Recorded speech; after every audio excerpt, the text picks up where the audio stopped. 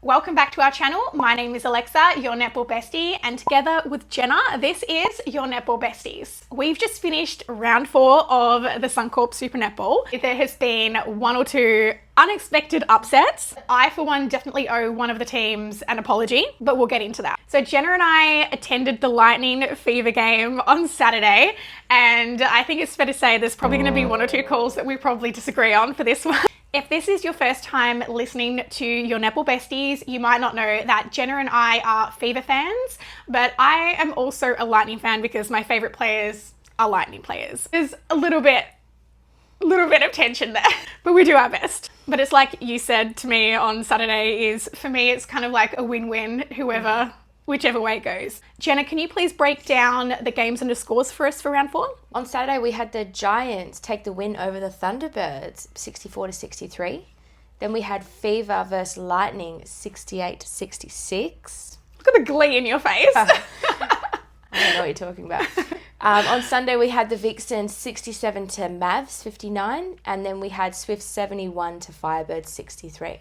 What a round. Oh, yeah. I was literally glued to my screen, or even I was honestly just like frozen in anxiety during the Lightning Fever game. But these were some of the best games. Oh, yeah. Like, this is where the rounds get really good, isn't it? Is when you no more having massive blowouts, is then every game gets quite tight and very competitive. Make sure you subscribe to this channel and don't forget to select the little bell notifications so you don't miss any of our future videos. And of course, share this episode with your netball besties. Before we jump into what I think is the biggest upset of the weekend, let's talk about some huge news that was announced ahead of this game. Shamera Sterling is pregnant. Yes. So those online sleuths that have been speculating for months. Even you speculated a while ago. You had your suspicions. I had my suspicions, but I don't like to speculate too heavily on Which is pregnancy. why we didn't say anything. Yeah. Shamera even put up a video saying that she was 29 with no kids and having a dance. So I don't know if that was her trying to throw the scent off. 100%. And she did a good job because we completely fell for it hook, line, and sinker. I fell for the calf injury. I from the get-go have been saying something's up, like she's not playing 100%, but in my head I'm thinking, oh, maybe it's injury, but she was not being herself. Poor girl's probably fighting for her life. I know. Oh my God. We've both had pretty bad first trimesters and morning sickness, so very sympathetic. Yes, and I'm currently very sympathetic towards your cause. Yes, you are. So. Well, you chose to do it 4 times. Yes. I'm creating my own netball team, remember? So yes. You're a mixed netball team. We make sacrifices, so watch this space. We are so incredibly happy for Shamera and her husband, Andrew. We obviously are going to, like everyone else, miss seeing her every week. She's obviously one of the standout players that we look forward to all the time. She'll be back, and we're just so happy for her. How cute was the video? I know, it was pretty cute. Yeah. Whoops. The ghost is at it again. Let's get straight into our game analysis, Jenna. So the game we were just talking about, Giants versus Thunderbirds. This is the game that I need to give a huge apology to Giants because I'm pretty sure last week's tipping, I may have actually said, let's not even talk about it. Thunderbirds are obviously going to win. Could not have been more wrong. What are your thoughts on this? I thought it was a surprisingly close game. I mean, we knew the out with Shamera Sterling was going to throw the dynamic a little bit, but I must say, I did enjoy seeing Vissa. I think she's got great potential. I think Thunderbirds is a good place for her. I think as well, a little bit more just getting accustomed to the umpiring here and, pulling off the body a little bit. But I must say, from what I've seen, she did get some turnovers and she did get some ball. But yeah, she reminds me of like a very excited little puppy, like really excited to be out there and just be in the action. So I'm sure with building on that. I think our expectations need to be realistic. Yeah. This is her entrance into SSN and in replacement of the greatest defender ever. That's some pretty enormous shoes to fill. Yeah. And I think Tanya Obst put it perfectly when she said, baptism of fire. 100%. So I think she did pretty well. Just she was on the court for nearly 60 minutes, wasn't she? Yeah, she spent majority of the game on the court. It wasn't until I think halfway through the fourth quarter that they made the change. But I thought that what a good vote of confidence as well, you know. But also as a rookie, that would be a bit scary. 100%. But clearly Tanya is thinking long term, whole season to go, need to get her minutes on the court. Exactly, yeah. She's there for a reason. And yeah, so we're really excited to see what else she brings. Having said that, let's talk about the Giants, because we saw a side of Giants that we have not seen, I want to say, for 2 seasons. Yeah, definitely. Like, Jo was back. Jo was, showing some vintage Jo Harden.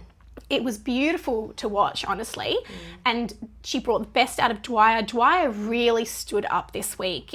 And Jamie Lee Price, after her, very high penalty count last week, they all really rallied. They got their shit together, to put it bluntly. And this was one of the most beautiful games I've ever seen them play, and against Thunderbirds of all sides. Yes. So if that's not a huge vote of confidence, I don't know what is. Really loved seeing the movement in the circle, the control. Thunderbirds' defense, they really struggled. They didn't really have an answer. Jo was just commanding that entire play. But we do know Jo Harden, she eats rookies for breakfast. She loves that, so I'm sure she had lots of fun too. Poor Vista.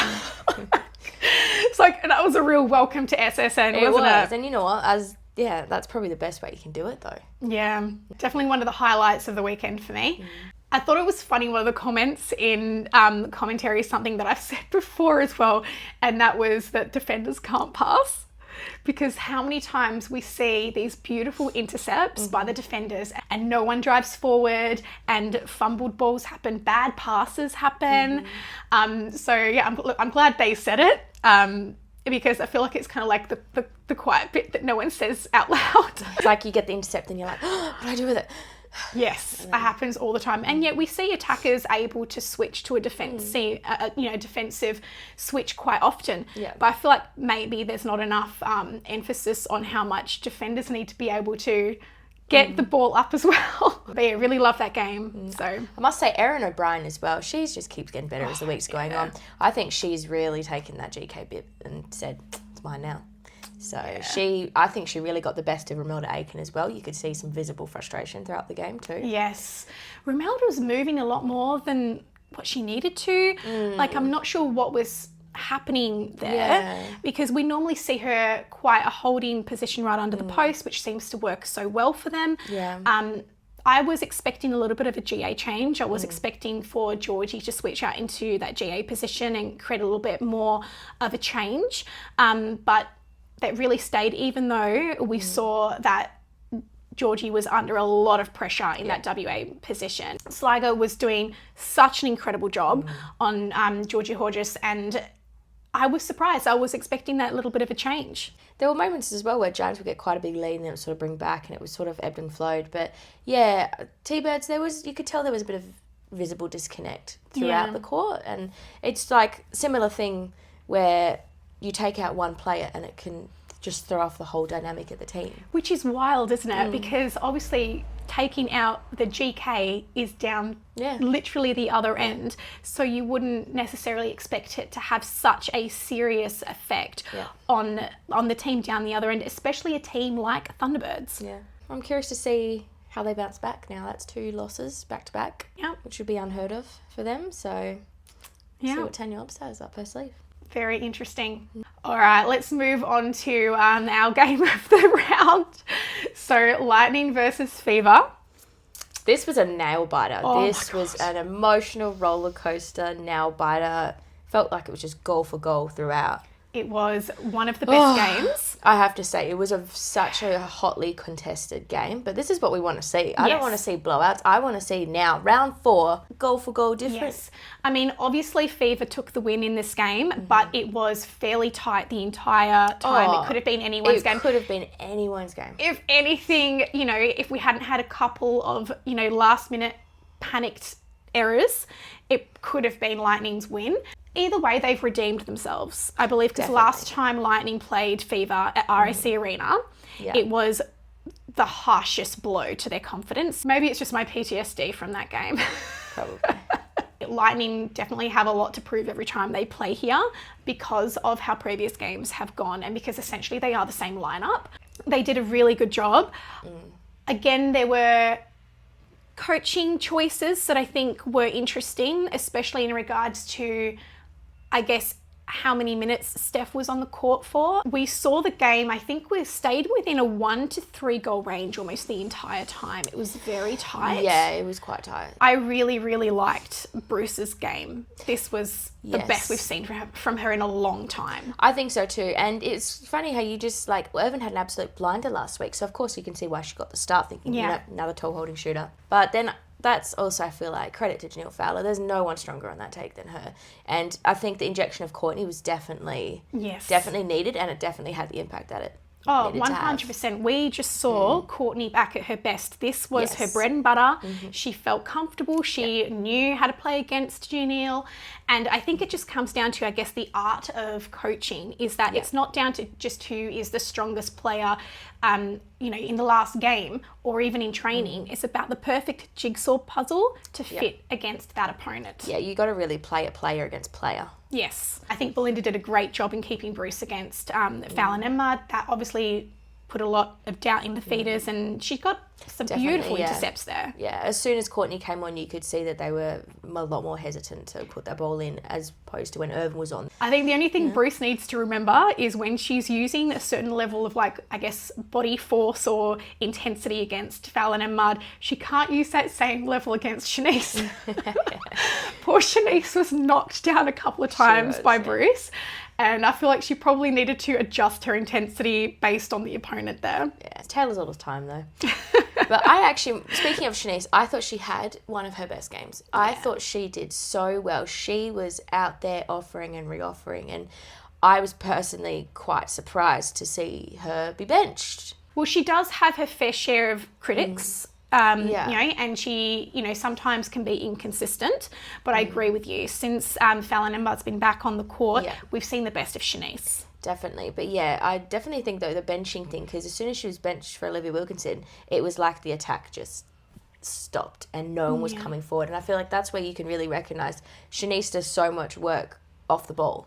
She's there. If you watch her, she's running and re-offering constantly. And when that change happened, it was definitely threw off the dynamic. She, missed the couple, but then she did get quite a few in it. But then I feel like I put that down to fatigue. Either way, you've got the GOAT on your team. It's a pretty huge advantage. I really liked seeing, I want to say, vintage Cara and Steph.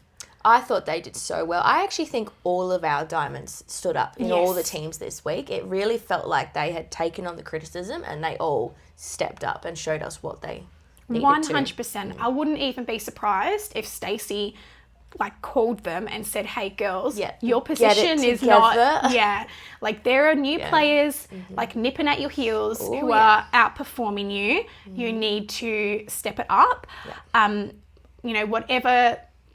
Whatever transpired, whatever was communicated, it feels like it's worked because, and obviously we'll touch on the other games as well, but I 100% agree with you. We saw brilliant netball this weekend. And I loved as well to see Cara with the super shots again. Yes. Going for the super shots. Even if there's a miss, she's still backing herself in the game. And I think that's showing personal growth, and that's what we want. That's all we wanted all along. 100%. And I really liked the confidence that she has, even more so when she's come out of the circle. She's always been a goal shooter that would come out of the circle, but the speed at which she can do that now, the strength on her passes, which we haven't actually seen before. She's always been, when she comes out of the circle, there wasn't a lot of intensity there. Her passes always felt a bit weak, whereas since that change in time in the GA bib, her whole entire game feels so much more well-rounded, and it's just added to what she was already doing well. Yeah. So absolutely love that from Cara. Yeah. And I was surprised to see Steph come off. I felt like she only played half a game, which makes me... She did only 25 minutes. Yeah, so this is what makes me think, and you'll probably hate it, but is this injury or are we seeing the passing of the torch? Because it's feeling very reminiscent of the Diamond retirement and with Kira Austin and the passing of the torch. I don't know. I'm not ready. I'm not ready. I know. I don't think you'll ever be ready, but I feel like this is something worth noting. It feels, to me, there's something a bit more. But that being said, Riley Batchador is playing incredibly. I think if she's not getting a Diamond nod, I mean, we obviously saw some errors there under the stress. Yeah. So, and maybe that's exactly why they're putting her on for minutes. She needs the experience. I mean, there are a couple of calls that I want to talk about. One, which I think was unfairly called against Riley, and the other, which was just possibly the worst pass choice you could have made in that moment.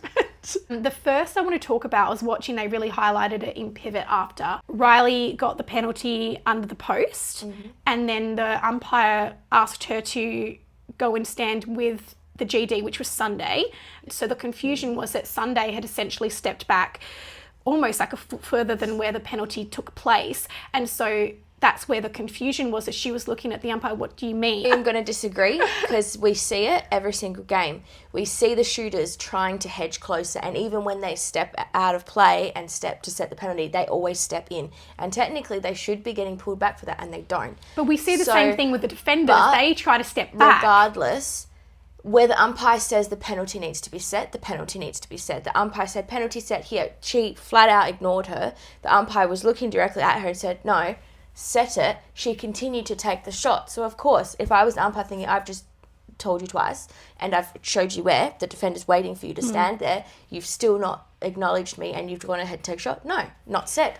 Turned it over. From a player and a shooter point of view, if I'm in the place, standing in the place where I landed at the time of the penalty and my GD is a metre over there and the umpire is telling them to set, I'm thinking she's telling the defender to set where she needs to be. The umpire was giving her a specific instruction: stand back and take the penalty from right there. She didn't listen. She continued to play on. The umpire said again, the penalty right there. She ignored. So of course the umpire's going to turn around and say, look, I think we're going to disagree on this one, no matter how much we talk about it. At the end of the day, as much as we might disagree with umpires' calls, if the umpire's saying the penalty was there, the penalty was there. Well, I think there's a bit of nuance in regards to who the players thought were being spoken to in that moment with all of the noise going on. I think it's fair to say there was confusion in that point, and Riley isn't going to deliberately ignore an umpire call. But when an umpire's looking directly at you, giving you a straight instruction, if you can hear them. Like how many times she was not far from her. How many times do we see the players literally going, sorry, pardon, because it's so loud. Yeah, but especially after an intercept or something like that. She would have heard. You don't know that for sure. But you don't either. I'm going to insert a replay of this moment so you guys can make your own mind up. Yeah, but what I'm saying is, if there's two players coming in at one instance and it's like bang, contact here, and she's landed here, it's not from where she landed. It's from where the contact happened. And she didn't listen. Well, we'll leave it at that. But let's talk about Katie's intercept. So we had Riley taking a throw-in on the baseline. And yes, I don't know. I looked at the footage and she did have the option to Lisa Maimai on the edge of the circle, who was, had a fairly open space to her left. That was definitely would have been, I think, the best choice for her to pass. But she didn't. I think she went to pass to Cara. I think she tried to pass over Dehaney, but what was interesting to me was the reason, if you actually go back 10 seconds prior, the reason she was taking the ball out of court was because Dehaney was there. And she tried to do that exact pass and Dehaney flicked it out of court. So then she was doing a throw in, and then tried to do the same pass again to where the defender was still standing. It was a very, very I don't know. I don't know why you wouldn't have immediately gone bang and then get myself on the baseline. It was an interesting choice, I imagine, under a lot of pressure in that moment. Yeah. And, we have to remember that Riley hasn't had that many minutes on the court yet. This was a learning experience for her. Yeah.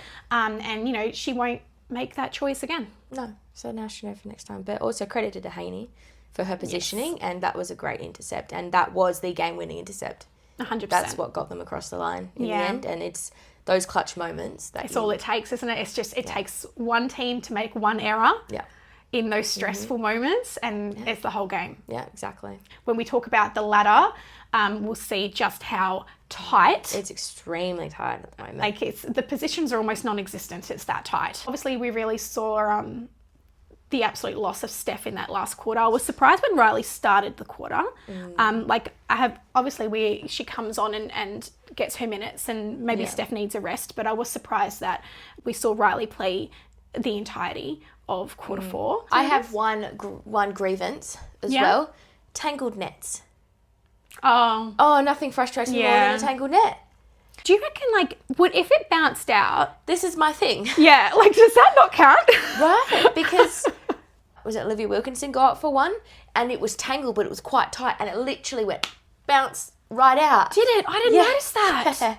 Yeah, and then at that point I was thinking, like, are they allowed to just be like, can we just like fix the net quick? Yeah, because of all the things that they pause time for or blow whistle for, you would think this would be one, because that feels like a really unfair situation. Mavs versus Vixens. This was, again, a really good game. I really liked seeing that we saw the best of Vixens in this game. Yes, as the game went on, I think we definitely saw them coming to their own a bit more. Garben really stepped up.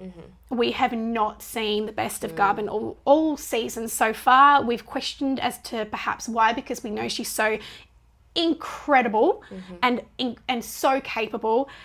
Literally the Liz Ellis winner of last year. We put that down to potentially just being like, you know, a self-esteem, confidence, mental situation as to why she wasn't performing at the level that we have, you know, expected her to. But my God, did she come back firing. She was holding so beautifully. Oh, yeah. It was just, it was like vintage Garben. Like that is the Garben we like to see, and how smoothly it worked with Austin. We didn't even need to see the injection of Lily Graham.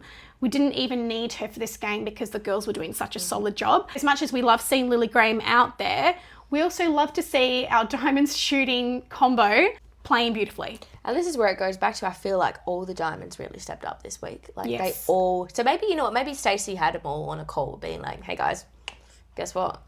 Maybe because the fact that they've all done it. Her perfect release. She has such a beautiful timing with that release on her hold.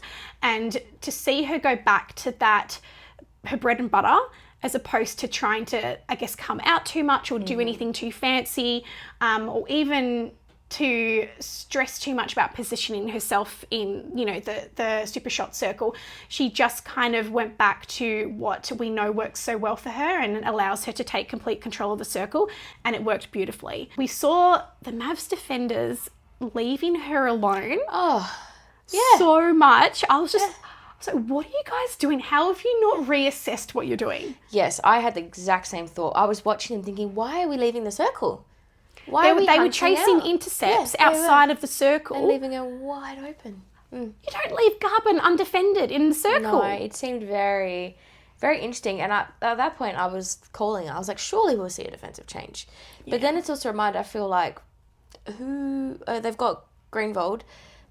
But other than that, this is where Mavs, you can really tell they don't quite have that experienced defender to call. Well, I'm not an enormous fan of Kim Brown's style of defending. I think she's one of those players that can be quite dangerous, late on the contest a lot, and kind of like really bulldozes herself into GAs. We've seen that time and time again with very little adjustment. And we see that not really working for her at the moment. No. I'm not sure what Mavs need to do in their defensive end to fix that. We also saw their shooting end not at their best, so a lot of pressure on Jock as they're having a bit of a shortage in regards to how many GAs they can put on the court for a full 60 minutes. We have Sasha Glasgow, who's still on limited minutes on her time on the court. Still not herself. Yeah. We saw her take a couple of knots. Missing shots too. Oh, girl. Yeah, Every time she hit the deck, my heart stops, I swear. I'm not sure why. Maybe a bit of strength is lost there with the injury time. And also, she's got plates and stuff now, so it could just be relearning how your body moves now that it's changed. Yeah. But yeah, she just definitely stresses me out though. But obviously they had Unique Pahlavi, but apparently she was sick. So she obviously was trying her best on her performance on the court, but we obviously didn't see 100% from Unique Pahlavi either. So they were, they were grasping for a GA, and Jock took a lot of that workload, which, we know she can do, and she did a great job. At the same time, it's always nice to have, a strong a strong starting 7 that are playing at 100%. I did think Pallavi coming on was a good move. I feel like she was a lot stronger on the body, so she wasn't getting shoved, or she could take the impact of the defense. So I felt like that was a good change. But also, once again, one thing I noticed was the attackers struggling to consistently feed Jock. Yeah. Some fly balls right over the top. This isn't a hard task. She has got to be one of the elevation, easiest shooters alone. to feed. Yeah. Because obviously there are 5 tall holding, I don't even want to call them all tall holding shooters, because honestly I don't think I would even classify Mary Chalk as a holding shooter at this point. No. And they all have a slightly different flavour in their style, but Jock, I would say, plays the most traditional holding shooter style that is. And she's beautiful at it. She has those go-go gadget arms. She can pull in balls from anywhere. She's strong as hell on the take. We should not be seeing wayward passes. No, because so many spray balls were gone purely because the feed was off. Yeah. Way too high, way too short, way too low. Do you think sometimes when you have a shooter that is so capable that the feeds get lazy?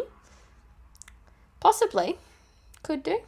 It's like the same thing in regards to when you have one attacking player who does a lot of the driving forward and the re-offering, that I find sometimes the other attacking players then stop trying as much. They conserve their energy and they don't drive forward. So then when that player has the ball, no one's coming forward for a pass because everyone relies on that player to be the driving forward player. I don't know, get a bit lazy, a bit complacent. There were a few calls that I think were 50-50 calls, could have gone either way. Oh, is that when they're in front position going for ball? Yes. Yeah. There were a couple of calls, I think quite a few actually. It felt really, we don't normally call out umpires for, calls that feel a little bit biased, but a lot of 50-50 calls did go the way of the Vixens in this game, which obviously I think even the commentators were commentating on it as well. And so obviously that affects momentum, and I mean, it affects everything when you have more than 2 calls go one way when there were 50-50 calls, rule judgment calls, and those umpires decided to judge it in one way. Not at all to take away how well Vixens performed in that game, but those judging calls, those umpiring calls did feel a bit. Yeah, definitely very interesting. I did notice that as well. I think a much better game from Vixens. This is the Vixens we know, a lot more. They were the first half was a bit frantic from both sides. There was silly ball and out of court and just really odd decision making. But then I feel like Vixens finally then came back in that second half and really showed them. Almost the same start as round 3 with their game. Very hard, very slow to get calm and control in the game, very frantic to start. But Mundy had an incredible game. And we don't talk about Mundy that much, but she definitely seems to be one of those players that when she's on, she can be the real game changer for the team. Oh, definitely. Yeah, they're your attackers, your little wing attackers and your wing defences are the silent achievers for sure. I noticed as well, Rudy Ellis, the same thing that she was getting called for last week, on the body, constantly. Needs to adjust. She needs to adjust. Yeah. Even we've seen now 2 weeks in a row, even Simone saying to her, doing good, come off the body. Even the umpire saying, and then there was a couple of flies that were quite late. Even the umpire was saying, you need to adjust your timing. Yes. I think her penalty count was quite high for that one, wasn't it? Definitely. And you're just penalising yourself out of the game at that point. Yeah. So let's talk about the last game of the round, which was almost an upset. Yeah. This was, I don't think anyone was expecting this. This was such a great game to watch.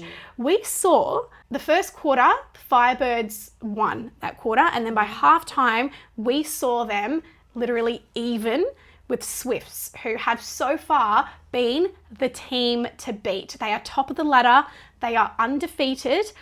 I must admit, I was very much on the underdog side here, and I thought how amazing if we saw a Firebirds win against Swifts at this point in the competition, when so far we were even tossing up who could possibly be the team to beat Swifts at this point. They're looking so strong and consistent. And I definitely did not have Firebirds on my bingo cards to challenge them like this. But I'm not complaining at all. Keeps things very interesting. Some talking points about this game. I think we've spoken about Dwan's impact on the Firebirds lineup and I guess the lack of it. Her time, I guess she's being kind of pulled back as an impact player, but I would say we're seeing the opposite of impact when she comes onto the court. The limited minutes that we've seen her on, we've seen a drop in how that attacking end works. We do not see any smart play in the circle. We see her getting caught behind defenders, not offering where she should. There was a point where there was a pass coming from circle edge and you had Mary, who was the one coming out to offer, and you had Dwan deciding that instead of trying to drive forward or, create a triangle or swing the ball, she then held under the post. So you have your 7-foot shooter coming out on the pop, and then you have Dwan being trying to go for that rebound. I'm not sure what happened there, but those positions should have swapped, and you saw Moore doing that beautifully. I think Moore's really stepping up too. I'm really enjoying watching her play. I'm not sure what's going on with John at the moment. It does feel like a little bit like she doesn't want to be there. Yeah, I would agree. I'd definitely say the spark's not there. Yeah. Who knows? We've been surprised before. We've seen people completely change their season around. So, we are open to be, to have our minds changed. But at the moment, I would say give Moore the 60 minutes. Yeah. If anything, that could have been the change in the game. Not to put any blame or anything on one particular player, but I think we saw such a momentum shift in the attacking end when that change happened. And then when Moore came straight back on, it was just, it worked much smoother. I also want to say as well, I think Mary was looking good. Yeah. She was looking strong, she was looking confident, and she was having way more of an effect on that take. She was way stronger on that take. We saw feeding to Mary much smoother. Much better. Much smoother access into the circle. Well, let's talk about Swifts a little bit, because they actually, in my opinion, didn't play their best game. They won this game, but I don't think they brought their 100%. We saw Grace being pushed to the baseline on a lot of those passes. We saw her out of balance, falling out of court, the turnovers happening. So absolute kudos to Firebirds defense. Especially when Ash Barnett came on. I thought she she worked Grace really well. She had it pushed right up out. So Grace was falling out of that court. So she did her job well. Absolutely. So it's nice to see Grace rattled a bit. To see the Achilles heel, I think, is definitely, trying to push her as much as possible to that baseline and creating that off-balance pass. Yeah, because we know Grace is incredible, but the only way you can get even better is by being challenged. Exactly.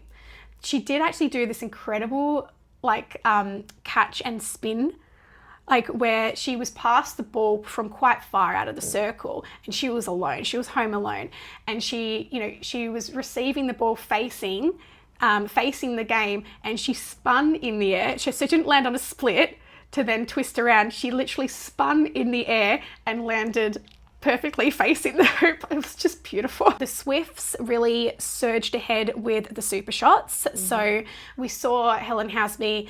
Now, I'm very mixed in my feelings about how Helen Houseby's position and role has changed on the Swifts attacking end since, the insertion of Grace Wecky, and how the vast majority, the volume of shots are obviously going to Grace, and why wouldn't you? That makes sense. But I'm not sure how I feel about the complete change in Helen's role, almost converting solely to a super shot impact player. She's on the court for the minutes, but we're really only seeing the super shots. She's essentially a feeder up until it's super shot time, and then she's like, okay, I got this one now. And look, it works, it's great, but I don't know, I guess as a GA I'd feel a bit miffed. You want to be in the game. I want to feel like I'm contributing and 100% doing my part. I'd love to know how she feels about that, because obviously it's just pushed her game to change so much. And speaking of GAs, are we ever going to see Sophie Fawns on the court again? That is a big call, because we did see the late out of Grace White to an ankle tweak in training, and then we saw Ali Smith come into the team. But even with that, we saw Ali take the court. We didn't see any change in the shooting end or the addition of Sophie Fawns. I don't think we've seen her all season. Yeah. So just makes you think, is there something else going on? Are we just underperforming? I would say it's probably the underperforming. I feel like if there was an injury, they would tell us. Yeah. Like, there's no reason for them to not tell us. She's hardly an ace up their sleeve that they want to keep for a surprise. Like, so why wouldn't you tell us? So it's got to be that the fact that she's underperforming. And I think if we're being really honest with ourselves, the last season wasn't her best. We saw her debut really strongly, and then last year was a little bit of a drop off, that pressure of not having their consistent GS in that circle and all of that weight going on Helen Housby's shoulders. Last season was very stressful for them, obviously. And I would say we saw Sophie not step up to the level she needed to be, hence why they were outsourcing and trying to find a new GS. And perhaps she hasn't been able to, I guess, step that up any further this season, because we haven't even seen her injected to get her warmed into the season at all. Exactly. And I mean, or is it even a case if there's just two stronger ones in front of her? But then, like you said, what happens if, touch wood, nothing happens to them, but what if Housby goes down with an ankle or Grace goes down? What do you do then? Round 4 and technically 5 next week, and she's had no court time whatsoever. And what would you do in that event? It just seems really silly to not Very strange. give her some court time just to keep familiar. Well, it's almost like what we were saying about what Lightning has done. Is, Steph is taking those minutes off the court. Riley is getting a lot of experience, because we do know that Steph and players like Steph can be riddled with injuries sometimes, and so you need to have your other shooter, your other, your depth on your bench ready to go. Yeah. And it feels like the other teams, like even when Shanice was playing well with Fever, we saw Olivia Wilkinson come on, and still some turnovers and a lot of missed shots and whatnot, but it's still keeping them in the game. Yes. It's keeping them familiar, keeping them warm. So I almost feel it's unfair to do that to Sophie. She's still in the team. She's still a contracted player as far as I know. And so what if we do have an injury, and then you're bringing on this cold player who has not had any minutes for a very long time in the SSN, and then expecting them to deliver in that. Yeah. So it just seems interesting. I hope all goes well for Swifts. I think they're going to have a killer season. They are already. But then wouldn't that almost put them in the perfect position to give her those minutes? Because they win and they are ahead in most situations, or in most games so far. They've been quite far ahead. Preserve your Grace and your Housby and give some court time, because you never know what could happen in a game. Yeah. You never know when an injury is going to strike. An ankle can happen like that, a knee can happen like that. All it takes is one little odd landing. Or even a head knock, and they might be fine, but then they're off for, for concussion tests. Yeah, it just seems... Anything can happen. I mean, hopefully Faith and Bryony, hopefully she has a plan, but Very interesting to see. Interesting to see how that unfolds. Because I imagine it's probably not doing Sophie Fawn's confidence any favours either. Not at all. We also saw some really costly turnovers from an otherwise very experienced player in Imogen Allison. Yeah. Not her best game. Not her best. What she was doing, she did well, but then it would be like fumbling the ball out of court. Definitely the times in the game where you need your more experienced players to set the tone, lead on the court, and then when you yourself are making those errors, it's very hard to lead by example. Obviously, this isn't a standard from her. It was an off game. Everyone has them. Definitely would have, I think, contributed to the score at the end. Yeah. All right, player of the round. I really struggled picking one because it's actually going to be Giants players. I couldn't pick between Jo Harton and Sophie Dwyer. I think they both did such an incredible job, and so much of that was because of the unit that they have together and the combination that they have. So I'm actually I'll give it to Jo because it's her leadership in that circle that is so impactful. But I want to say that it's a very close second with Sophie Dwyer. My player of the round was Alice Teague-Neald. She got MVP in the game, and I feel like she's just someone who just doesn't get enough recognition. Doesn't, no. She really doesn't. For all the work that she does, she was high up there behind Fowler for net points.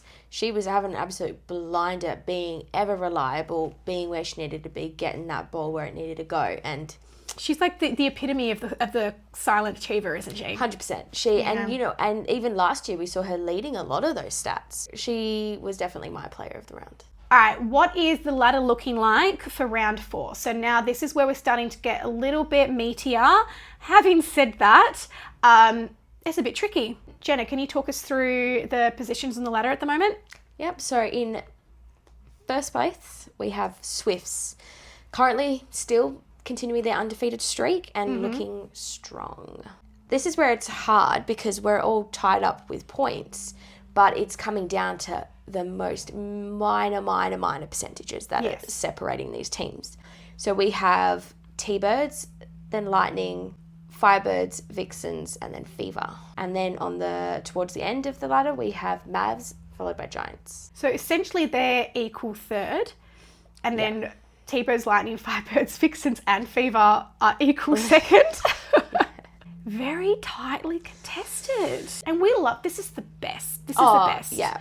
The last thing that you want to see, I think we had a little bit of this last season where like you kind of see the leaders of the pack solidifying a lead so early on that it almost feels impossible to ever catch up. Whereas this is the meaty part of the rounds where we're starting, the blowout games aren't happening as much. We're seeing so tight score lines. Yeah. Like when we were watching the Lightning Fever game, like I really struggle to look at it analytically because I'm so emotionally in it. I'm like, no, when I'm there, I just want to feel the game. I just want to ride the emotional waves of it. I don't want to kind of put my work brain on. That for me, they're the best games for sure. Surely that's what everyone wants to see. It's really exciting that this is happening because usually this is what we see at the end of the comp, but we're seeing it in round 4. Yes. Like, after some blowouts as well. Having said that, it's like you said, hard to make a decision until we've seen everyone play everyone. Yeah. And then we'll have a little bit more of like a broader, big picture look at where everyone's sitting. You know, sometimes it's just where the dice fall and perhaps you play teams that were just particularly hard that day. And yeah, it's all about the team that shows up on the day. Exactly. It's getting really exciting. Definitely. Can't wait for round 5. Yeah. Well, that is it from us today. I hope you have enjoyed this episode. Obviously, talk to us in the comments. We always love seeing what you guys think and your opinions on what we've said. Don't forget to subscribe to this channel and share this episode with your netball besties. It really helps our channel so much. If you are listening on Spotify, please go and give us a 5-star review. That helps us so much. We obviously love all the work that we put into this show, and we just want that to go to a larger audience and to be able to, you know, share our passion with other people who love netty as much as us. So have a great week, guys, and we'll see you for round 5.